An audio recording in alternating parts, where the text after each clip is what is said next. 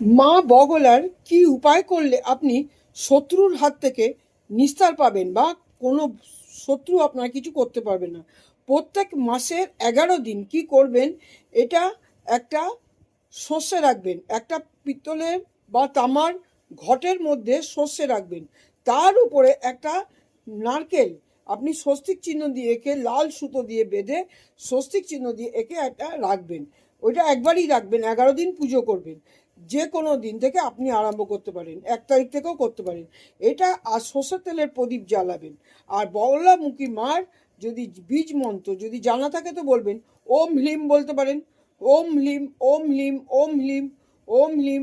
এই মন্ত্রটা যদি বলতে পারেন তাহলে বীজ মন্ত্র বলতে পারেন 11 দিন, তাহলে বগলা মা আপনার শত্রু, যেই শত্রু থেকে আপনি ভয় পাচ্ছেন সেই শত্রুর হাত থেকে আপনি অবশ্যই মুক্তপ্রাপ্ত হবেন। কারণ মা বগলা শত্রুরই বিনাশ করে থাকেন।